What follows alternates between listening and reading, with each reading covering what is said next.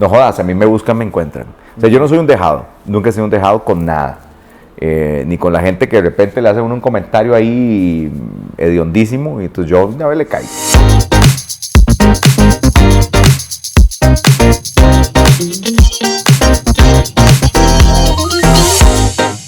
Qué bueno volvernos a encontrar en un episodio de No hay palabras. Hoy llegamos a nuestro último episodio de esta temporada y qué bonito tener a una persona, un profesional que ha destacado en nuestro país de una forma, y valga la redundancia, formidable, diría el Chavo, formidable. Periodista, comunicador excelente, un director, emprendedor, empresario. Podemos dar muchas características de Douglas Sánchez. David, qué gusto. Mi amigo, qué gusto volverte a encontrar. No, qué gusto que me invites, la verdad es que muy contento. Yo dije, bueno, como es el último, entonces ahí sí me invita. No, qué forma de cerrar con vos, madre. No, mentira, sí. Claro, no. ¿Estás de acuerdo? No, muchas gracias. Estoy de acuerdo porque obviamente él sabe lo que es, él sabe lo que representa. Douglitas, Ojalá. No lo tenés clarísimo, yo Sí, sé. sí. Douglitas, bueno, vos sos un profesional ya de tantos años, porque has venido haciendo una carrera, pero una carrera que diría yo hasta acelerada, a la par de otros comunicadores, porque sos además una persona que va con los tacos de frente desde el buen punto de vista, que te gustan los retos, a vos te dicen, voy a hacer algo nuevo, me gustaría llevarlo hasta acá, y vos estás ahí hasta que te brillan los ojos. Yo voy a contar algo, no hay palabras, pero no, muchas gracias a vos, a la gente que te sigue, que es una comunidad bastante grande. Estás ya Gracias a Dios. logrando el posicionamiento con este proyecto que de verdad te felicito. Gracias. Voy a contar algo. Cuando estaba en Repretel, estaba en Noticias Repretel, yo presentaba a las 7 la estelar con Jenane Villanueva. Y entonces yo estaba como en ese tema de si ya me salía o no, si asumía un reto nuevo. Ya me habían llamado a mí para Canal 8 en ese momento, era la tercera llamada. ¿Qué año estamos hablando de eso? Te estoy diciendo, es que en Repretel estuve, hijo de pucha, ya ni me acuerdo, pero fue como 2018, antes de la pandemia, porque sí, 2017, 2018, ya para 2018 yo había tomado la decisión de involucrarme en Canal 8, pero haciéndolo nada más para presentar, no era un tema de meterme lleno en la dinámica de medios de comunicación. Okay. Pensé que habías entrado desde el principio. No, David, yo entré nada más a presentar y les dije, con mucho gusto presento, porque me había dado el matarile de hacerme consultor. Entonces renuncié a todo y dije, me voy a ir a ser consultor. Entonces presentaba con Jenane y resulta que cuando me voy, yo pongo la carta de renuncia. Y entonces me dice el que estaba como director anteriormente, me dice, pero ¿estás seguro? Entonces saca el aparatillo de rating, la televisión se mide en tiempo real, es real time, se llama la aplicación, entonces él mete y dice, ¿pero cómo? El 8 no tiene ni siquiera rating, ¿cómo te vas a ir? Y yo no sé si me voy, por ahora no tendrá rating, por ahora. Y lo logramos meter en la competencia. Esas son las cosas que me gustan. Me gusta que cuando pueda ir a un proyecto, independientemente que sea, yo no creo en los números de los proyectos, ¿verdad? Porque hay gente que se desvive pensando que van a estar en A o en B o en C.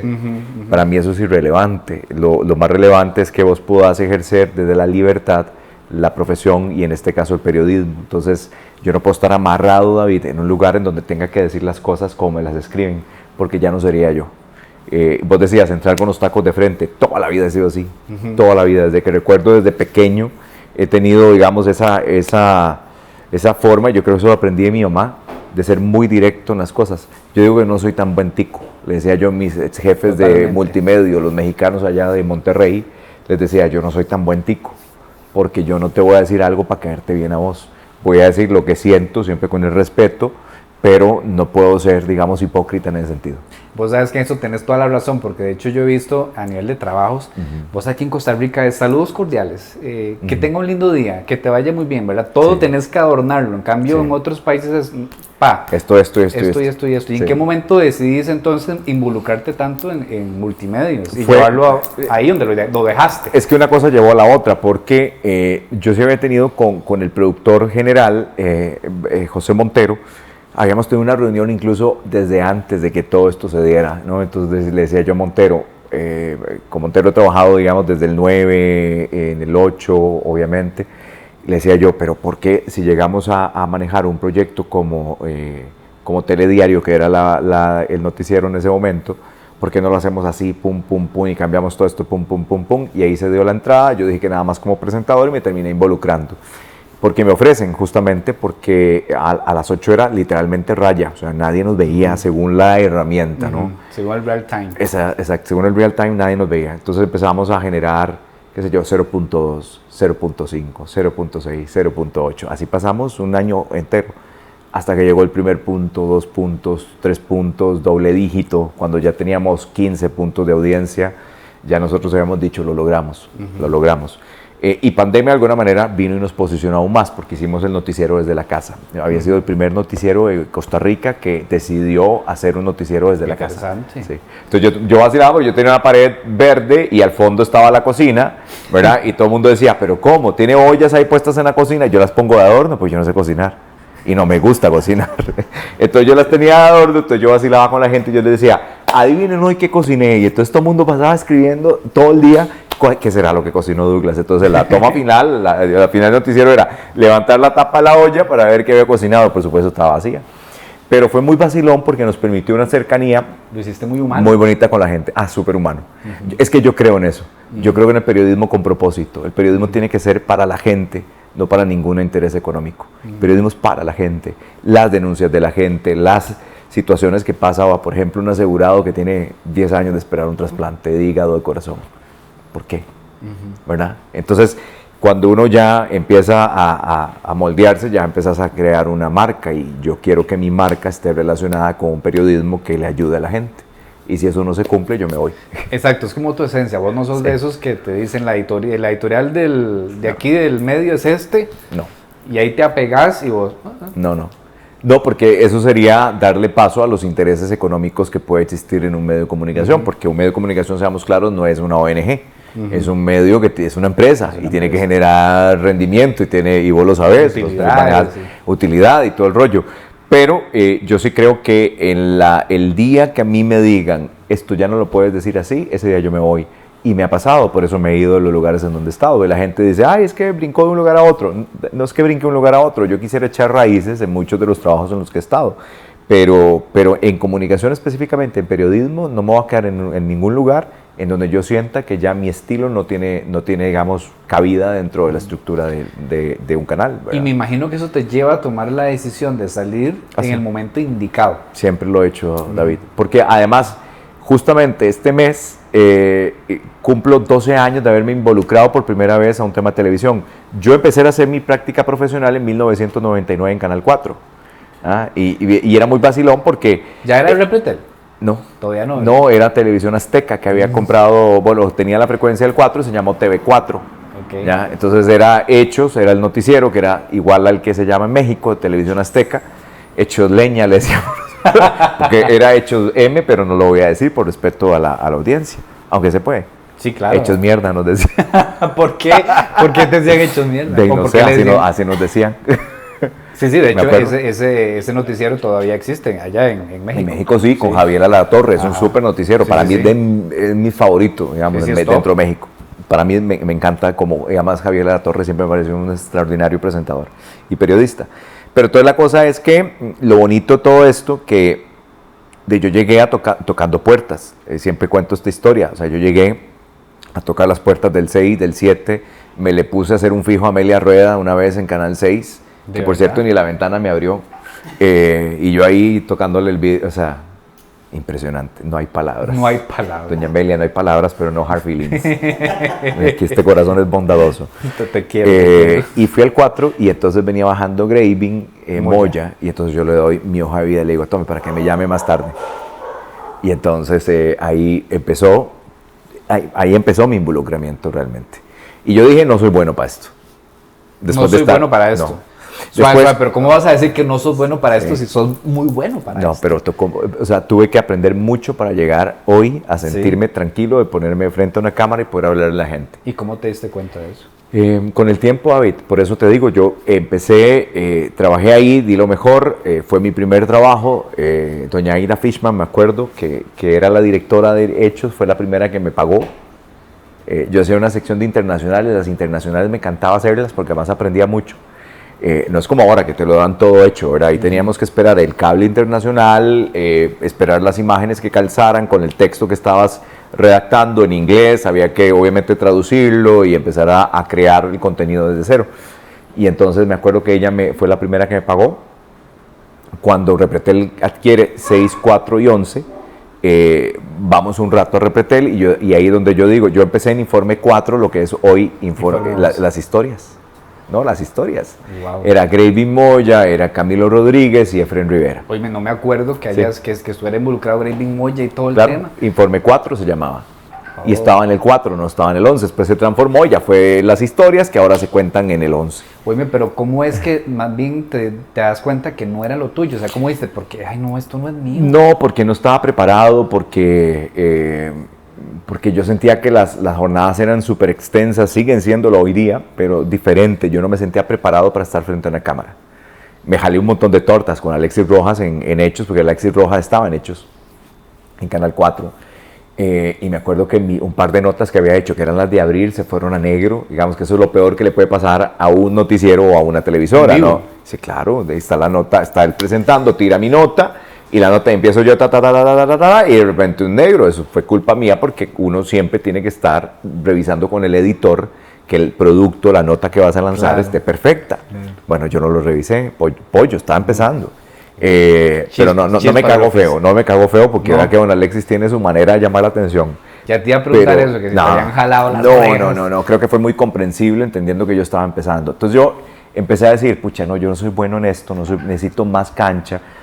Y entonces yo me voy un buen rato y empiezo a prepararme en otras áreas, digamos, siempre en comunicación, pero más especializado en marketing, mercadeo. Saqué mi maestría, porque yo sí quería tener una maestría antes de los 25 años. Yo decía, después de los 25 no quiero estar estudiando una maestría, quiero hacerlo todo cuando estoy joven, cuando tengo la mentalidad fresca y seguir actualizándome, obviamente, con el tiempo. Y así fue como entré a hacer otras cosas. Entonces promoví inversión extranjera, trabajé para un par de multinacionales, 3. Estuviste en CINDE. CINDE fue la mayor parte de mi carrera profesional, casi 10 años duré ahí, wow. En 2 etapas. Sí, y en esas fue cuando me contabas una vez que estuviste viajando mucho fuera del país, incluso conocí casi mucho. te quedaste afuera. Sí, Europa lo conocí por CINDE, conocí mucho inversionista, mucho empresario, Europa, América Latina, Estados Unidos obviamente, Canadá, y eso me dio una posibilidad de conocer más cosas. Claro. Entonces yo empecé a meterme mucho en ese rollo, a estudiar los países, a estudiar el tema de inversión, la economía, macroeconomía, y empecé a trabajar. Bueno, estuve en Casa Presidencial también, la gente a veces no sé, yo siempre encargado de prensa. No, estuve en la oficina de prensa por un rato, después estuve como encargado de comunicación del Consejo Económico del gobierno de Abel Pacheco.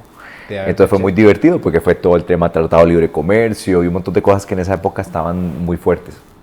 Entonces ahí yo empecé a acumular conocimiento y después ya 2012, que se cumplen, no mentira, sí fue 2011, ya se están cumpliendo 12 años desde que me invitaron a una charla a Canal 9 y ahí me quedé con un proyecto que se llamó Hoy en la Mañana. Que de hecho es como la primera vez donde te vemos entrar en un canal totalmente, todavía estaba en pañales, el Canal 9, ¿verdad? Y entonces... desde el inicio. Sí, le debiste dar como un refrescamiento visual y además ponerle tu esencia, porque desde ahí ya impusiste, por decirlo de alguna forma, tu esencia. Yo estaba viendo fotos ayer, esta semana, y entonces yo decía, qué vacilón. Vos publicaste algo esta semana que yo lo vi. Sí. Por ejemplo, yo no usaba corbatas en la mañana. Yo por primera vez me quité la corbata de las ediciones matutinas. Usaba muchos suéteres, muchos sacos con combinación, chalecos. Entonces era como una imagen muy bonita de todos los compañeros, porque no era solamente yo, sino que empezamos a trabajar en ver un producto que fuera fresco, que fuera ameno, que la gente lo sintiera cercano. Ahí empezamos a generar todo lo que fue Hoy en la Mañana, que bueno, eran días de levantarme muy temprano, 4 años de las 3:30 de la mañana. 3:30 de la mañana. Sí. ¿Y a qué horas terminaba tu jornada? Yo salía de presentar a las 8, llegaba a CINDE de 8 a 5, o a veces de 8 a 6, y ya me iba a entrenar y después a dormir. Yo me acosté casi que 7 de la noche. Tenías 2 trabajos. Sí. O sea, entrabas, presentabas y te ibas a CINDE. ¿Todo el día estabas en CINDE? Siempre he presentado, siempre he tenido 2 trabajos. Siempre. Sí, hasta que llegué al 8 fue que yo entré como presentador, que quería ser consultor, entonces no me quería comprometer hasta que ya me ofrecen por los resultados que te dije, de cero, no teníamos nada, de repente ya teníamos una gran cantidad, entonces me ofrecen la dirección del canal. Y yo acepto, digamos, la dirección del canal. Entonces ya yo me metí de lleno a un medio de comunicación. Fue la primera vez. Después renuncié y me fui para una multinacional y bueno, volví ahora con OPA. ¿Y por qué te fuiste a multimedios? Porque muchas cosas se han cambiado, porque de alguna manera, digamos, mi equipo y yo hicimos que ese canal tuviera el rating que tuvo, de doble dígito, en muchas ediciones, de estar número 1 de repente a las 8 de la noche, por encima de los canales ya posicionados. Y entonces empezamos a hacer como cambios, entonces ya me metieron una estructura encima, entonces yo ya decía, pucha, está bien, voy a ver cómo voy a trabajar este tema. Pero David, cuando ya empiezan a meter mano en lo que vos querés, ¿verdad? Porque las noticias era algo que yo manejaba, y después ya yo renuncio, entonces traen a un fulano ahí y a otro fulano, entonces que ya no voy a hacer, yo los iba a mandar a ya saben dónde, pero lo hice por respeto a la gente. Y entonces nada, ahí decidieron después por un WhatsApp decirme que ya no continuara más en la presentación. Entonces yo les dije, bueno, nos vimos por tele. La verdad es que yo había renunciado a todo desde un primer momento. Y fueron ellos los que me pidieron quedarme 3 meses más mientras lograban acomodarse y entender cómo iban a funcionar. Cuando se traen a los que se trajeron, para no decir nombres porque la verdad me caen mal, la cosa es que ya empezaron a jugar de mozotes. Entonces yo no soporto esas varas. Entonces, o ya me decían que me fuera. Ahora, creo que la forma en que se hizo tampoco fue como... ¿Somos o no somos? O sea, correcto. Sí. Es que yo media tintas no soy. Entonces, para mí, o sea, ya díganme, ya lo que quieran. Ya yo me voy a mi casa tranquilo, ¿no? O sea, no pasa nada. No pasa nada. O sea, yo si tengo que volver a empezar, vuelvo a empezar. Y ya. Y te fuiste para Equifax. Me fui para Equifax. Qué raro. Vos sos como esas, de verdad. Es que en todos los lugares que estás, te gusta el reto, pero además ya tenés esa... como que te identificamos como el gerente o el líder que va a como una bandera de que voy a hacer un cambio, ¿verdad? O sea, sí, eso me gusta mucho. Equivoco. No, me gusta mucho. Cuando yo llegué ahí, todo el mundo decía, uy, no, pero es que no podemos hablar de datos porque toda la gente es muy sensible. Yo, hay que hablar lo que es la compañía, o sea, yo voy a meterme abajo de la mesa. Además, yo tengo también, o sea, vengo de presentar no sé cuántos años en televisión y voy a decir, me voy a meter debajo de la mesa. No, hay que decir las cosas como son. Y hay que decir, la gente tiene derecho a saber cuando firma un consentimiento dónde está su dato, y si quiero salir de una base puedo hacerlo de forma inmediata. O sea, eso es todo lo transparente que hay que tener en la comunicación con la gente. Yo creo mucho en eso siempre. La gente entiende razones. No sé por qué a veces damos por sentado que la gente es bruta. Y le pasa mucho a los canales, piensan que la audiencia se chupa el dedo y que le pueden dar a tolillo con el dedo y ahí están. No, señores, ya llegó, la comunicación ahora cambió tanto que ya vos te informás primero por un celular, ni siquiera por las noticias, ¿verdad? Entonces también, en la medida que nosotros entendamos que toda esta jugada cambió, de la gente va a tener, es más, aquí estamos haciendo comunicación. Correcto. Y la gente está esperando, posiblemente ya no hay, sin palabras, no hay palabras, ¿verdad? No me cambies el nombre. ¿Cómo es? No hay palabras. No hay palabras. Sin palabras. No hay palabras, Douglas. No hay palabras que sin palabras. No hay palabras. Bueno, pero es lo mismo. Es lo mismo, pero dicho diferente. Pero dicho diferente. Pero bueno, eso es el cambio que hay ahora en la comunicación. ¿Y cómo haces otra vez así para venirte a un nuevo proyecto? Otra vez, empezando de cero, a crear todo como una empresa. Es que te gusta crear. Sí. ¿Verdad? ¿Cómo decidís volver a un proyecto que además, si no me equivoco, sos parte, tenés participación accionaria? ¿Sí? Que es gente OPA. Sí, por eso me vine. Por eso me vine. En realidad, pero bueno, yo decía que yo me iba a pensionar ya en Equifax. Que yo me iba a quedar ahí ya pensionado. No pensión de lujo, pero pensionado. Y la verdad es que aprendí mucho y también me tocó mucho... de mercados del Caribe que no había tenido la oportunidad, los empecé a desarrollar también. Entonces me dio como esa oportunidad de conocer otras geografías que no necesariamente las tenía mapeadas. Pero nada, empezamos a hablar y este es un proyecto que habíamos articulado ya en algún momento y lo presentamos, buscamos el inversionista dijo que sí y nos metimos en este berenjenal. Yo todavía me pregunto para qué me metí en esto. ¿Sí? Sí. Sí. Es que la responsabilidad que tenés ahorita, me imagino que es... Es complicado porque además y además hay más competencia todavía que hace... pero eso me encanta más años, todavía. ¿verdad? Eso me encanta más. Aquí decían que solamente 2 canales podían operar. O sea, yo me acuerdo toda la vida, desde pequeño estaba uno en la universidad Y le decían, solo hay espacio para los canales. Y yo, ajá, voy a sentarme a ver esa historia, a ver si uno se puede cambiar. Y me acuerdo en algún momento cuando don Fernando, a quien respeto mucho, don Fernando Contreras, de Repretel dio una entrevista y decía, ojalá que les vaya bien con el emprendimiento, que era el 8. Y así como medio sarcástico. Toquecillo. Y por eso yo creo que a veces uno tiene que medirse bien en lo que también plantea, porque creo que demostramos que había espacio para un tercero, y va a haber un espacio para un cuarto. Sí. O más de un cuarto, digamos, más de 5 medios de comunicación en el ámbito digital, televisivo. Yo creo que todo está en la forma en que usted estructure la propuesta de valor, y eso es lo que hay que medir. Y además la competencia sana, y el que se favorece es el público, ¿verdad? Además sos súper emprendedor, pero vamos a hablar de eso después del corte. Recuerden que estamos en No Hay Palabra, nos puede escuchar también en Spotify, si lo está viendo en YouTube y no puede, pues que vaya a Spotify y lo escuche, porque hoy está interesante con Douglas Sánchez, que además estamos cerrando temporada. Vea usted con qué personaje. Sin palabra. Digo, no hay palabra. Te estoy pasando. No hay necesidad.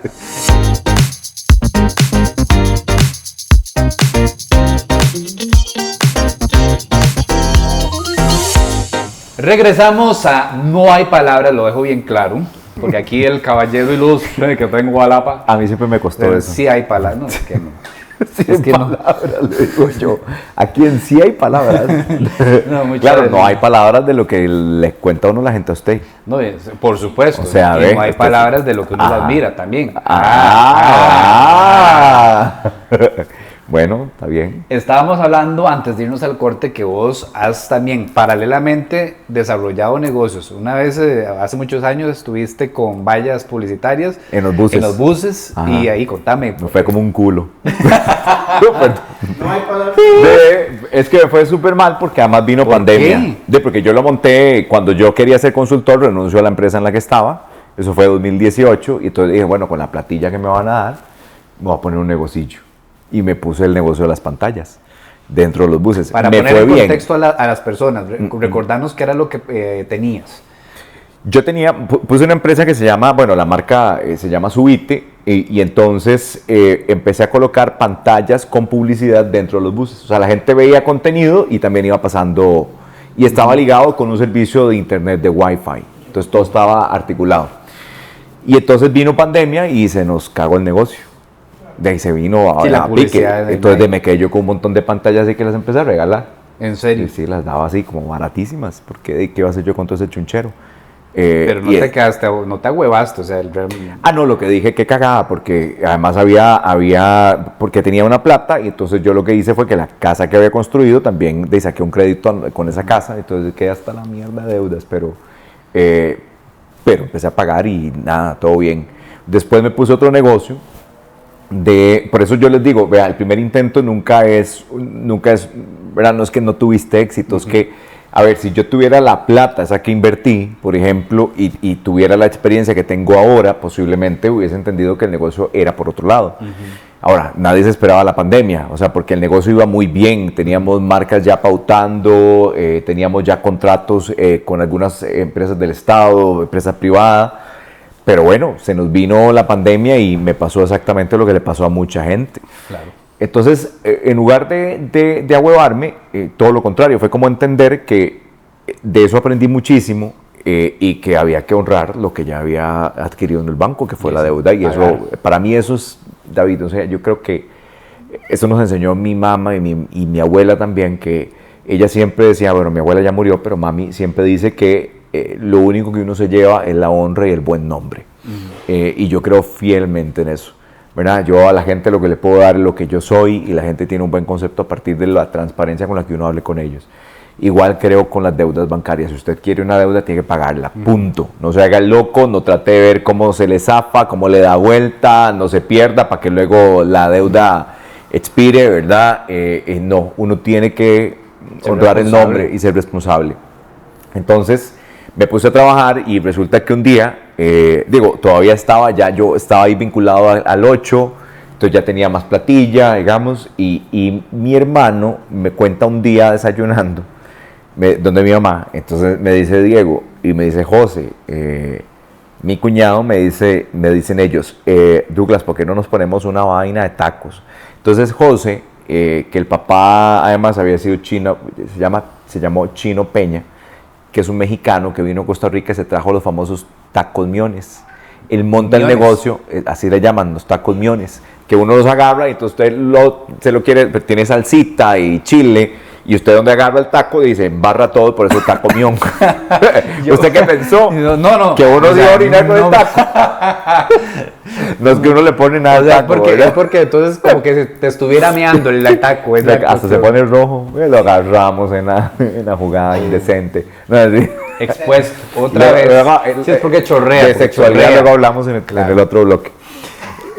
No, pero en serio, me dice mi hermano, me dice mi cuñado, yo ya tengo la receta, mi papá vino, puso el negocio, le jugaron sucio, le quitaron el negocio, y yo, entonces cabrón, empezamos a trabajar en eso.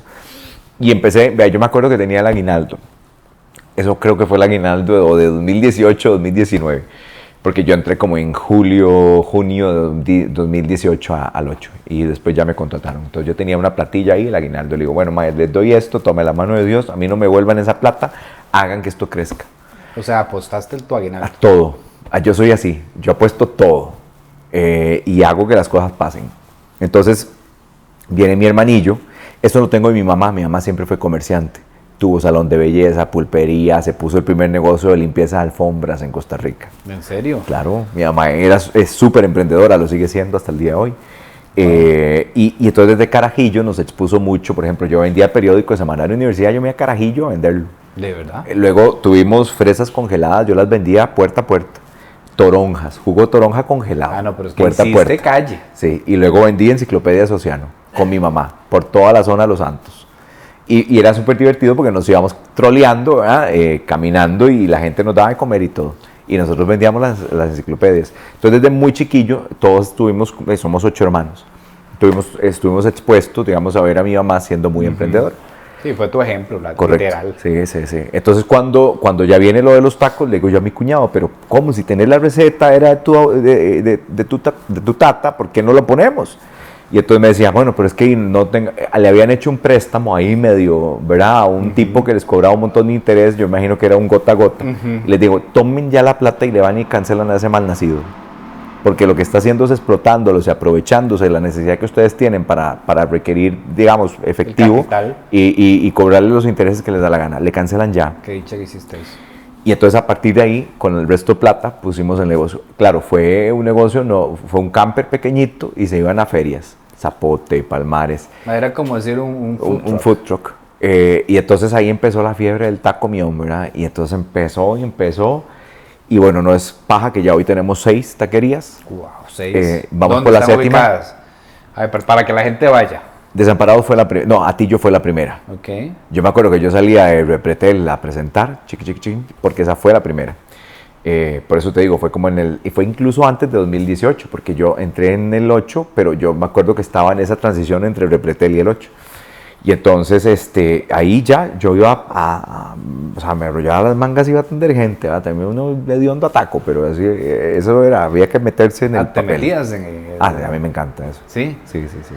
Me gusta mucho. Entonces fue primero Atillo, después vino Tibás, después estuvo Coronado, Guadalupe, Alajuelita. Y ahí empezamos a crecer y ya ahora vamos a poner uno ahí en la California, en Barrio de la California. Lugar estratégico. Sí. Bueno, en la parte de OPA casi. Entonces. Casi, diagonal. ¿Y en qué momento se involucra Verónica? Estábamos en giros y entonces ahí ella me empezaba a escuchar de la vaina y entonces ella también, digamos, era como en esa fecha. O sea, vino después porque hablamos del negocio, de la idea que tenía mi cuñado y después ya lo concreté con mis hermanos, mi cuñado y después ella ya se metió. Y entonces también metió plata ahí. O sea, es tu socia también. Sí, también. Y es tu amiga. Sí, es tu amiga entrañable. Sí, Verónica es una pieza, mujer. Es una sola pieza, Verónica. Es ¿Desde hace cuánto está? ¿Qué es Desde tu amiga, yo, verdad? Por ejemplo, o sea, Verónica, yo la conozco porque siempre hemos hecho Teletón, pero yo decía que vieja más juega viva. ¿En serio pensabas eso? Sí, y ella también decía que yo era un juega vivo.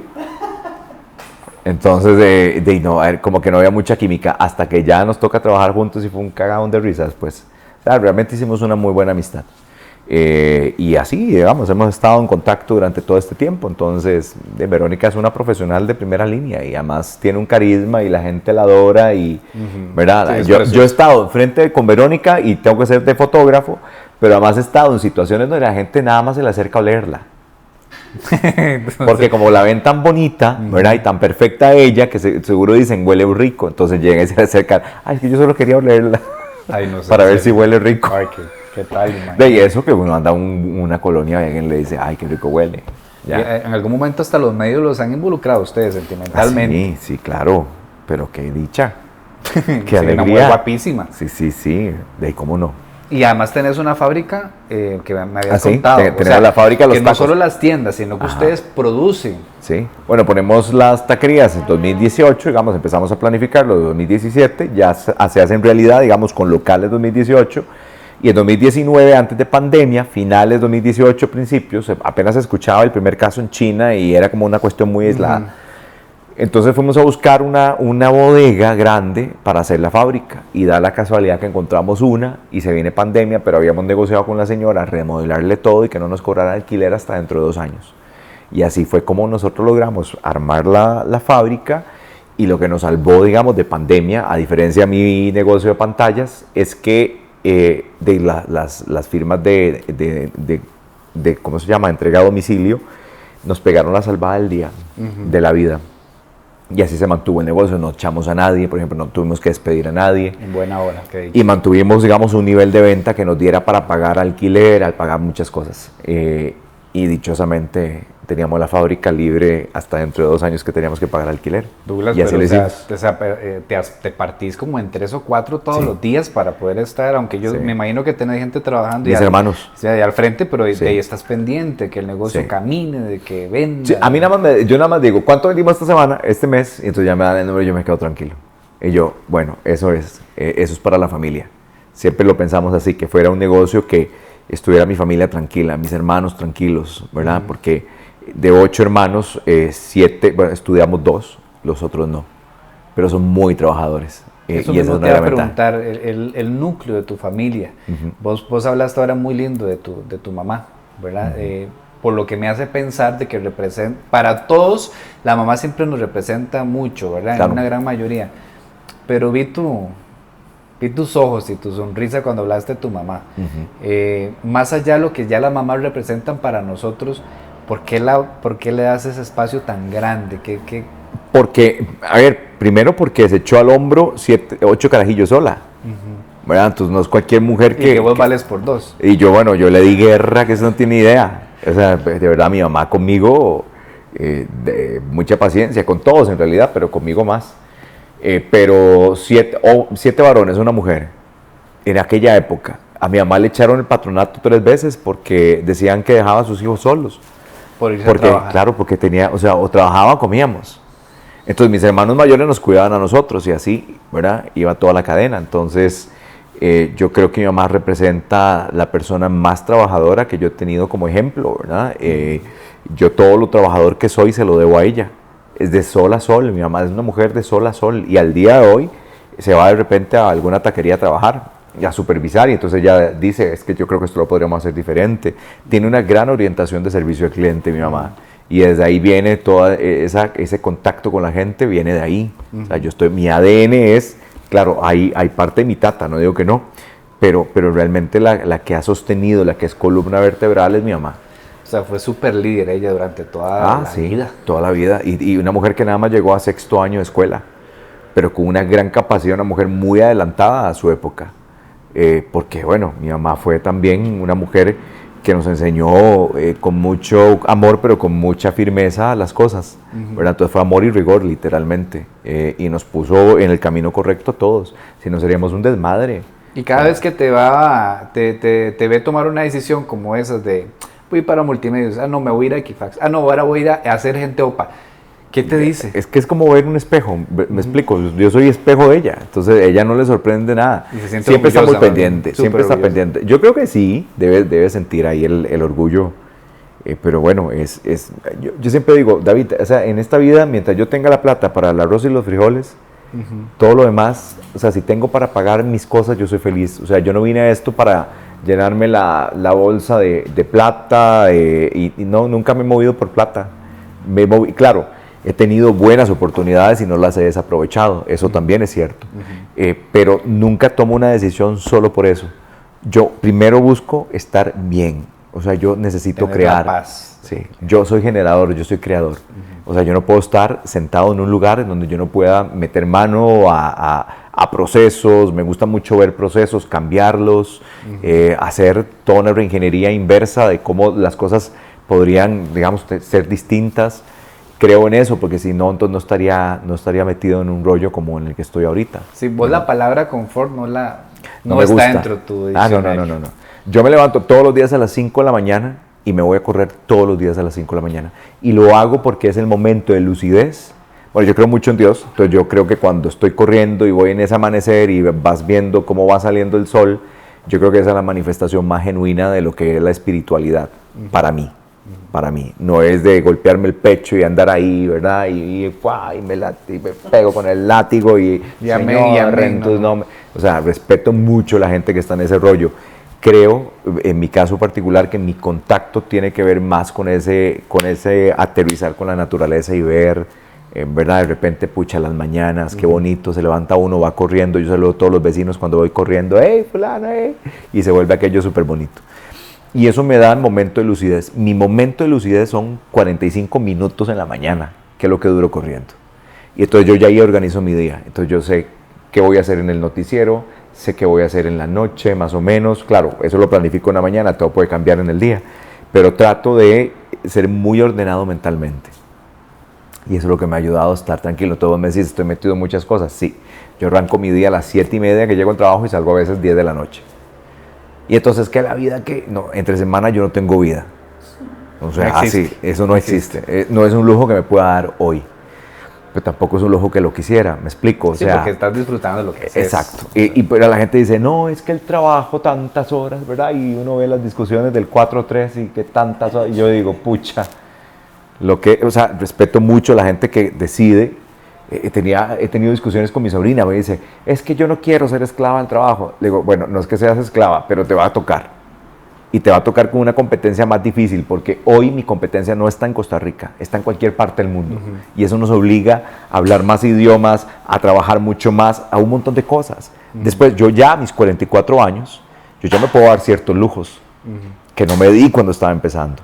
Que no podías. ¿Verdad? Correcto, que no podía porque, bueno, hay que trabajar, porque la plata no cae del cielo. Ya quisiera yo tener 7 árboles de plata en el patio. Ya deseara uno. ¿Verdad? Pero uno tiene deudas, tiene compromisos que tiene que honrar. Y entonces la vida no es tan sencilla, ¿verdad? La gente piensa, porque el otro mito es, salen en tele, ganan el montón de plata. Ay, qué cosa más impactante. Que vos estás ganando $15,000. Ay, ojalá. ¿Verdad? Ojalá, y posiblemente hay gente que ha ganado eso. Tal vez sí. No digo y que no. Cadenas internacionales. Correcto. Pero, ¿sabes qué? Que es que nada más el tarro, ponerle una cámara, tiene vigencia. O sea, yo cuando me he hecho mierda no voy a estar presentando televisión. Esa es la realidad. Ahora... Tenemos caducidad. Así de sencillo. Pero que si te da nutrir aquí arriba, te da para hacer una buena entrevista, para ser un formador de opinión, para ser un líder de opinión, que no es para que salga bonito en tele, porque, ¿verdad? Para eso entonces uno contrata lo que sea. Pero es que va más allá de eso, ¿verdad? Entonces uno tiene que entender que el tiempo pasa, que la cara ya no es igual, que el cuerpo no es igual, que la energía no es igual, pero bueno, lo de acá es lo que cuenta, ¿verdad? Entonces, ¿qué más puedes hacer después de la televisión, ¿verdad? Y nunca ha sido la televisión tampoco como mi ingreso primario, ¿verdad? Entonces, siempre he tenido un par de trabajos. Ahorita por eso yo tengo mis negocios y por eso fallé en algunos, puse otros, fue muy exitoso en otros. Y eso, porque después de esto hay una vida más, ¿verdad? Y no hay nada mejor que estar creando un plan B, porque uno nunca sabe. No. Nunca sabe. O sea, pandemia, por dicha, a mí no me agarró con las manos para arriba. Porque ya nosotros sabíamos qué plan teníamos que empezar a trabajar. Con mucho respeto, tu figura paterna la mencionas muy poco. Es que fue como muy inexistente. Digamos, mi papá fue un tipo que nos quiso a su manera, con sus limitaciones. Era un hombre ausente, un papá ausente. Tuvo sus momentos ahí de lucidez también. Sí, yo podría decir que empecé a ver a mi papá muy cercano con mi mamá después. Y yo dije, esto es como que van a volver. Y yo, venime, venite. Y efectivamente, digamos, iban a hacerlo, pero mi papá empezó a tener un problema en la pierna. Y quizá de eso sí me arrepiento, porque, por ejemplo, a mi mamá le pasa algo y yo salgo corriendo. Con mi papá no fue igual, y quizá, digamos, con el tema de su pierna, una aurisma ¿es cómo se dice? Aurisma, sí. Pum, directo al cerebro y plá, murió. Así cayó, mientras estaba bañando, plum, murió. Bueno, yo te quería sacar a mi papá del baño, cuando estaba muerto. Qué impacto. Sí. Digo, Sí, porque sí. aunque no fuera tu figura muy presente, No, es tu pero yo papá, a mi papá ¿verdad? lo quise. Y uno los quiere y todo. Sí, sí, a mi papá lo quise, pero bueno, tuvimos una relación, digamos, más cordial que otra cosa, no fue una relación como la de mi mamá. Porque, pues, eso es lo que pasa con los tatas ausentes, ¿verdad? Pues, luego no se quejen, porque también ese es otro tema, o sea, no es un tema de proveer solo con dinero, ¿verdad? Eso, es más allá de eso, no es solamente ahí tengo la pensión. Integral realmente. Y ojo que mi mamá no le pidió ni me dio 5, por eso es que yo admiro a mi mamá desde el primer momento, porque, o sea, si yo vuelvo a nacer, pediría que sea mi misma, que sea doña Grace, digamos, mi mamá, otra vez. Saludo a doña Grace. Porque imagínense aquella época, que una mujer con 8 hijos se fuera a trabajar, le echaran el patronato, pero además quitara, en el momento que mi papá le pegó a mi mamá, yo recuerdo eso, el recuerdo que tengo de mi tata es ese, cuando le voló un manazo a mi mamá. De verdad. Claro, y recuerdo como mi mamá le dijo, hasta aquí llegó el momento en que usted me agrede. Le puso las cosas en el corredor, y me acuerdo las bolsas canguro, todas en el corredor, con la ropa de mi tata y mi tata jalándose. Ese es el último recuerdo que yo tengo de mi papá. Después de eso, bueno, sí, llegaba a la casa, a veces nos decía, llego un domingo a sacarlos y no nos llegaba.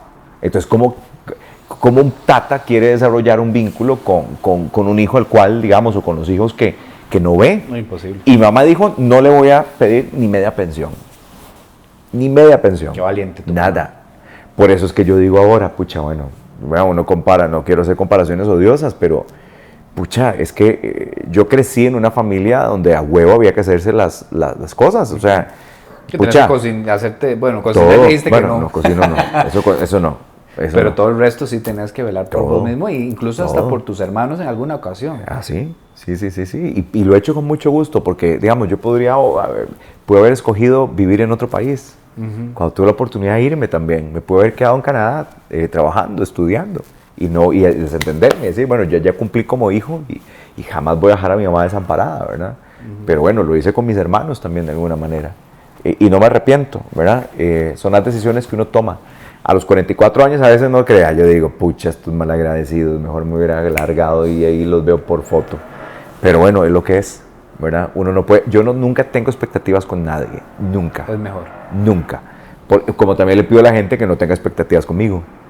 ¿Verdad? En algún momento la gente decía, ay, es que usted es el modelo a seguir. No, yo no quiero ser modelo de nadie a seguir, de nada. De nada. Yo hago mi trabajo, lo hago lo mejor que puedo, conociendo mis limitaciones, pero también mis fortalezas. Pero a mí no me pongan en el ejemplo de nadie, porque yo no soy ejemplo de nadie. Yo he trabajado y hago las cosas porque me nace hacerlas, porque es lo que me gusta, y tengo la posibilidad de estar en algo que me gusta, ¿verdad? Pero, punto. Pero está ahí. Ya. Bueno, vamos a ir a otro pequeño break. Estamos con Douglas Sánchez, por supuesto, en Sí hay palabras, digo, en No hay palabras. Cuando regresemos vamos a hablar un poquito de su infancia, porque dicen que es un chiquito un poco terrible y complicado. Ya regresamos.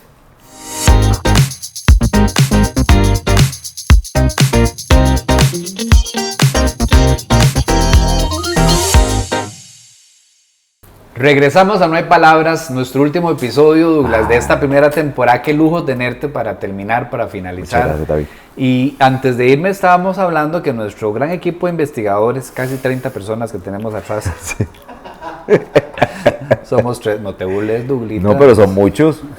Ni yo tengo apenas 7 periodistas.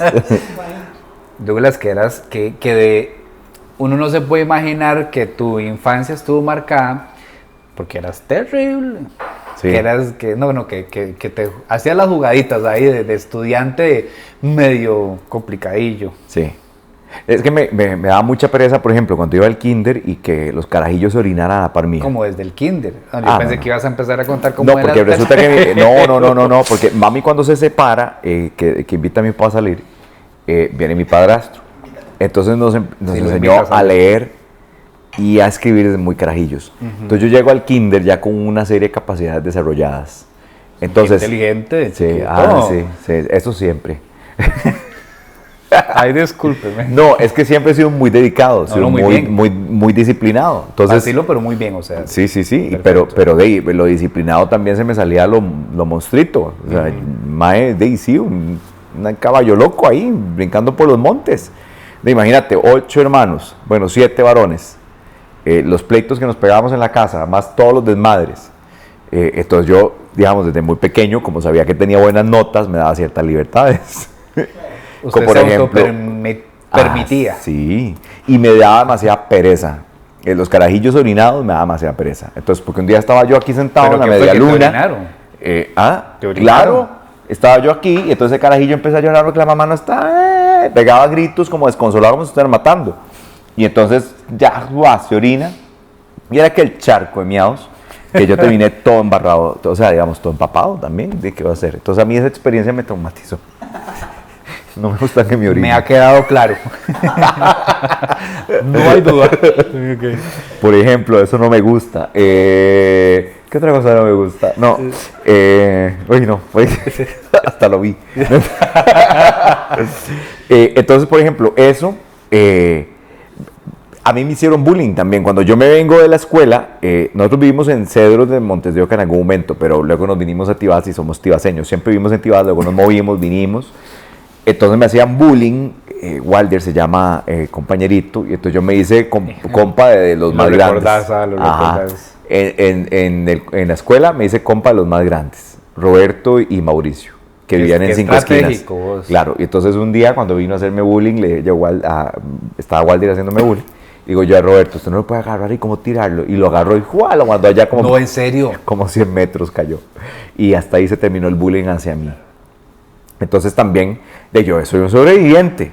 Que no se hace eso en casa ya. No. Ahora, imagínese usted 4 hermanos o cuántos hermanos antes, que eran terribles, peor que yo, que además se la juraron, entonces todos se desquitaban conmigo, porque sabían que era hermano de los Sánchez. Así nos decían, los Sánchez, los Sánchez ahí. Y me volaban, vea, esta cicatriz, por aquí tengo otra, vea esto. Wow. O sea, realmente éramos muy, ¿cómo se llama? Compartíamos mucho puñetazo. ¿Y alguna vez vos te agarraste de frente con alguien? Sí, como 3 o 4 veces. ¿De verdad? Sí. No te lo hubiera imaginado. Sí. Yo no soy buen peleador y no me gusta la violencia, digamos, es algo que detesto, pero no jodas, a mí me buscan, me encuentran. O sea, yo no soy un dejado, nunca he sido un dejado con nada. Ni con la gente que de repente le hace uno un comentario ahí hediondísimo y entonces yo una vez le caigo. Pero no a la violencia. No, una vez los elimino, los saco, los bloqueo. A la respuesta... Que yo las he leído porque a veces cuando no te sigue, pues obviamente sale la... Douglas comentó y uno... Sí, ¿por qué no? Sí. Es que verdad, o sea, es que la gente a veces se desubica, alguna, la mayoría es buena nota. Entonces esas cosas, pero no digamos... no sos de las personas que te molesta que alguien piense diferente a vos. En lo absoluto, no me preocupa. No. Nada más yo te gusta debatir. Sí, me encanta. Sí, me encanta ¿cómo se dice? El bochinche. Le gusta el boche. No, a veces me pongo histriónico, sí, me da mucho pesar, cuando no se resuelve algo que debería ser tan lógico resolver. Una señora, una adulta mayor que no puede salir de su casa porque simplemente la municipalidad no le da la gana arreglar el pinche hueco. ¿Cómo va a ser posible? Porque la señora tiene 90 años, todavía camina con su andadera. ¿Por qué no puede salir? Está presa en su propio hogar porque sencillamente la municipalidad no le da gana reparar un hueco. Esas cosas me enojan mucho. Entonces, y carajillo tuve como eso de... Siempre fui como muy defensor también de las causas. Que te gusta ser muy protector de que los demás estén bien. Sí, ¿verdad? Sí, y me gusta generar movimientos. Del bochinche. Sí, siempre fui, porque me acuerdo mucho en el colegio, a mí no me gustó, digamos, el sistema educativo a mí no me gusta, y no me gusta desde que estaba pequeño, ahora imagínate ahora lo difícil, pero tuve excelentes profesores. 2 maestras particularmente, Marielos Espinosa de los Henchos, Marielos Espinosa Henchos, ella fue la primera, así Henchos, y luego doña Leonor, que fueron mis 2 profesoras, mis 2 maestras, mis niñas, digamos, que a mí me ayudaron mucho a entender, digamos, cómo era mi modelo de aprendizaje. Y de verdad que te marcaron, porque te y todavía me las topo ahí en Tibás, en la cafetería Las Delicias, perdón por el comercial, pero ahí me agarran a mí siempre tomando café, ahí en Tibás, y ahí me las topo. Bueno, a una más que otra, a doña Leonor más. Entonces marcaron una buena, me hicieron un estudiante bien. Después ya a mí me aburrían mucho las clases, entonces yo me metí en la rondalla a cantar y a tocar instrumento. Uy, me cantar. Sí. Bueno, no canto nada, pero me metí a cantar. Y ahí me libré de estar en esas clases aburridísimas. Porque, o sea, te metiste en las rondallas como para escaparte para no vivir. Ay, no, qué aburrido. Y en el colegio le dije a mis profesores en tercer año que me dieran los libros que me tenía que preparar para cuarto y quinto, y con eso estudié. Entonces no iba a las clases. Pero me encantaba física, matemática, entonces iba hasta las clases de los sábados. Yo soy de extremos. Sí, eso te iba a decir que sos extraño. Tengo unos matices muy raros. No te gustaba aquella, pero físicamente que la mayoría de los jóvenes no les gusta, pero a mí me encantaba. Me encantaba biología, por ejemplo, era algo que disfrutaba. Me encantaba estudios sociales, pero me encantaba. Y matemática lo entendía, pero tampoco era tan bueno. Pero bueno, fui un buen estudiante, tenía buenas notas. Me podía dar el lujo de ciertas cosas. Y negociaba mucho con los profesores. Y ya, y punto. Y luego estudié periodismo. ¿Qué negociabas? ¿Como irte el permisito a la rondalla? O... Sí, por ejemplo, la rondalla era una, pero también si compraba los libros y yo era autodidacta, entonces para qué tenía que ir a clases. Entonces les decías, no voy a clases, yo me encargo de mi estudio. ¿Y te dejaban? Sí, claro. Sí. Pucha, pero tenía un poder de convencimiento. Sí, exactamente. Sí, yo era tremendo, es que era tremendo. Es que por eso, no sé, yo creo que tuve que haber nacido en otra época también. Me hubiera gustado mucho, el siglo pasado. Bueno, y vos sos de las personas que ves una oportunidad y no la dejas ir, porque, a ver, oportunidades hay muchas, pero nunca. Que vos decidas dejarla ir es otra, pero vos las has tomado. Siempre. Siempre. Sí. Yo siempre digo así, o sea, a mí no me puede pasar el tren y yo no montarme en el vagón. Siempre me voy. Vamos a pasar a unas respuestas más, como ya tenemos que ir terminando porque el tiempo se nos vuela. Es que con vos conversando siempre me pasa. ¿Verdad que sí? Cuando nos damos cuenta ya estamos hablando de otra cosa y esto nos lleva a lo otro y después que nos dice que sé palabras, entonces ya uno se descontenta, ¿verdad? Como que uno que se desmotiva, pero uno como que superar ciertas cosas. Tiene que superar, vuelve a la línea. Qué resentido. Sentimentalmente, ¿te gusta o sentís que sos de la vida en pareja? A mí me gusta la vida en pareja. ¿Sí? Me gusta la vida en pareja, pero las personas viviendo en sus lugares. O sea, ¿no ves el matrimonio en tu vida? Podría ser, pero no es algo que me interese.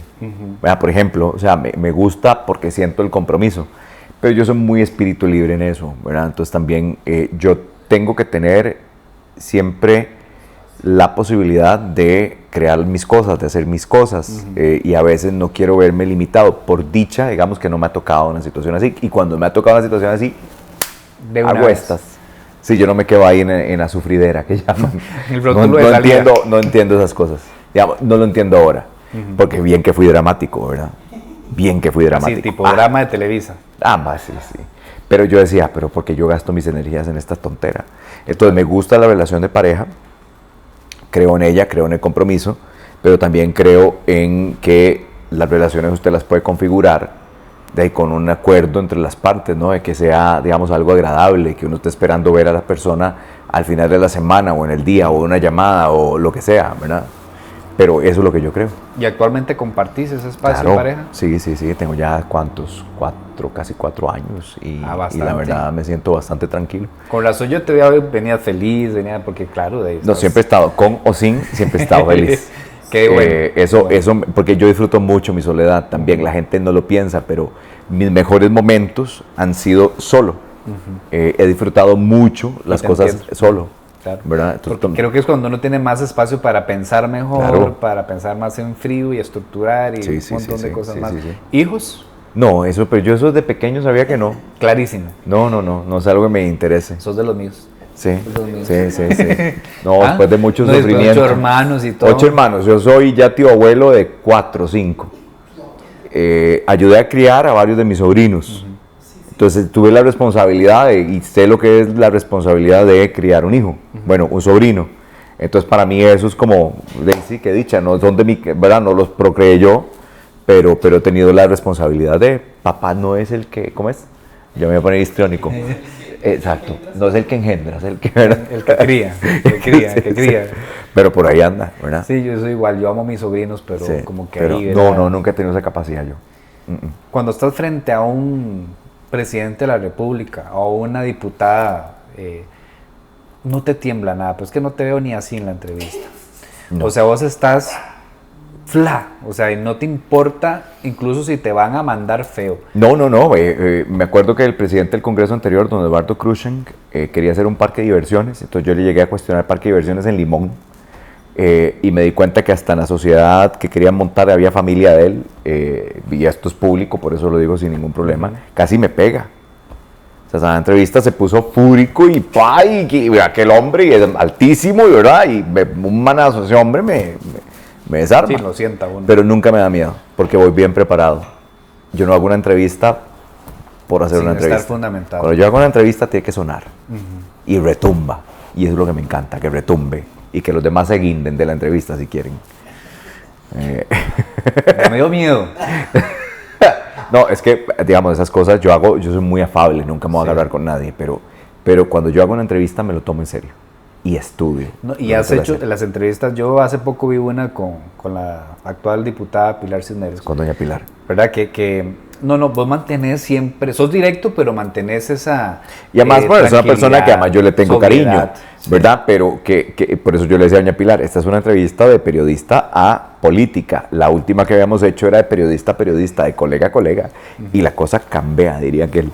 Ahí cambia todo. Entonces, siempre con mucho respeto, pero como muy firme en las convicciones y en lo que yo también creo que la gente tiene que saber, ¿verdad? ¿Qué pensás de cómo estamos viviendo la política actualmente en general? No hablando directamente del presidente. Creo que son estilos de gobierno distintos, digamos, y uno tiene que entender cómo es, y se acabó. Yo, por ejemplo, yo nunca me voy a agarrar con nadie, no me gusta a mí eso, los pleitos no. Yo quiero que la persona tenga chance de sentarse y discutir y argumentar. Entonces, si yo me peleo con vos, difícilmente vas a querer vos darme a mí una entrevista, entonces, ¿para qué?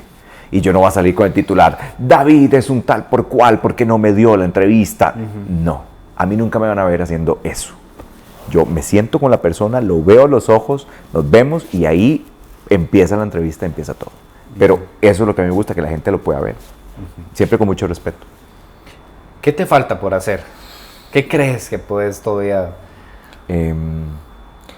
No, David, creo que ya la vida me ha puesto en situaciones, yo digo, ya estoy tranquilo. Quiero, digamos, tener una vejez bonita, con calidad de vida. He trabajado para ello y eso es lo que quiero, ¿no? Que cuando ya me retire pueda decir, pucha, ay, qué satisfacción todo lo que se logró, ¿verdad? Y eso es lo que me gusta.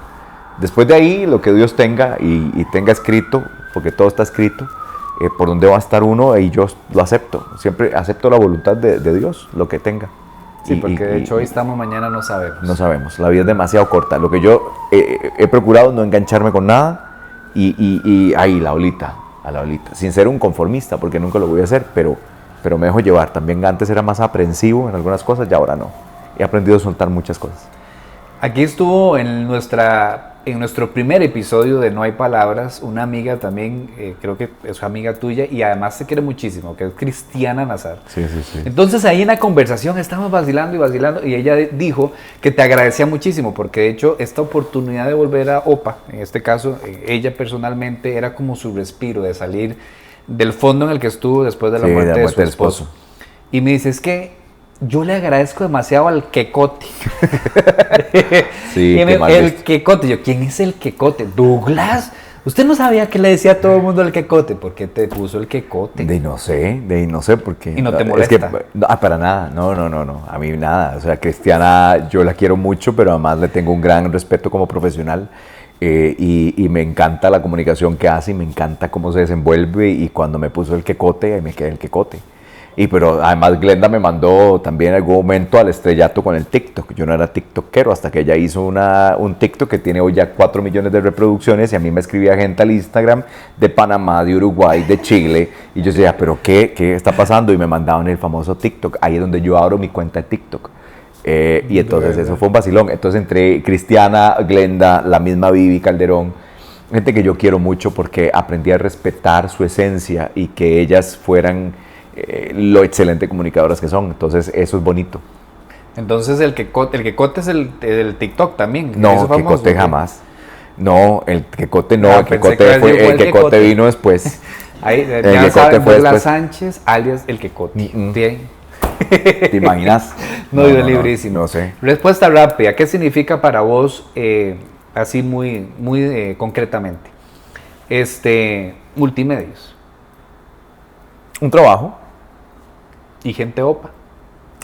Un proyecto que quiero, que no es que Multimedios no lo quisiera, porque le tengo mucho respeto a los mexicanos. Se portaron excelente conmigo. Mi problema nunca fue con México, okay. Curiosamente. Entonces, nada, le tengo mucho aprecio, pero OPA es como decir un riñón. Periodismo. Así, es mi posibilidad de hacer. Que nuevo, o sea, en la medida que yo pueda seguir ejerciendo con libertad el periodismo que hago, ahí estaré. Pero el día que también, por A o por B, siendo parte, no accionista o no, si no me parece, me voy. Punto. ¿Tu mamá?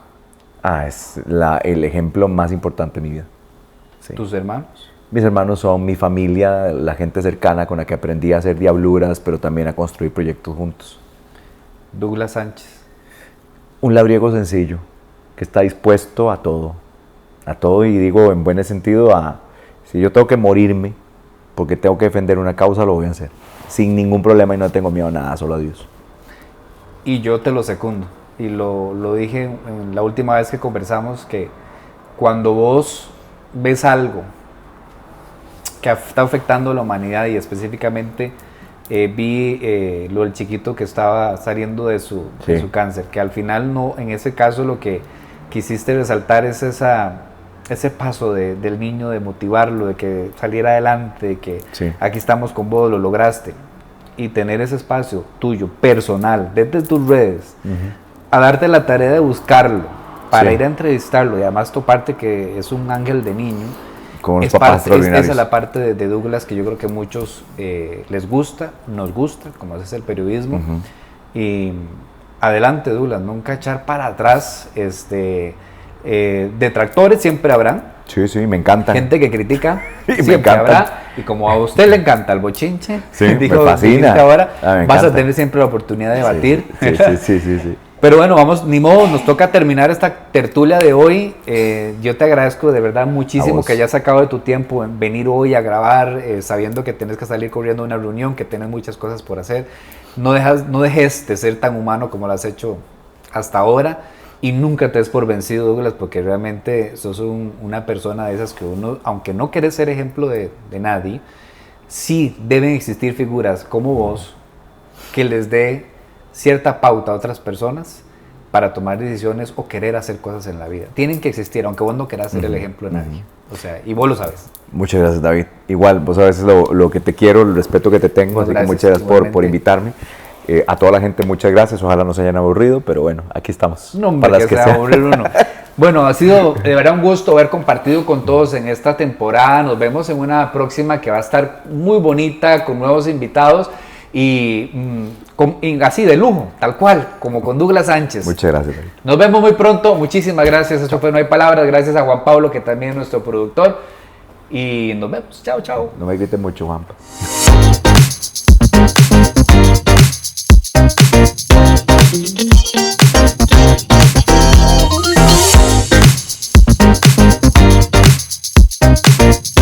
Thank you.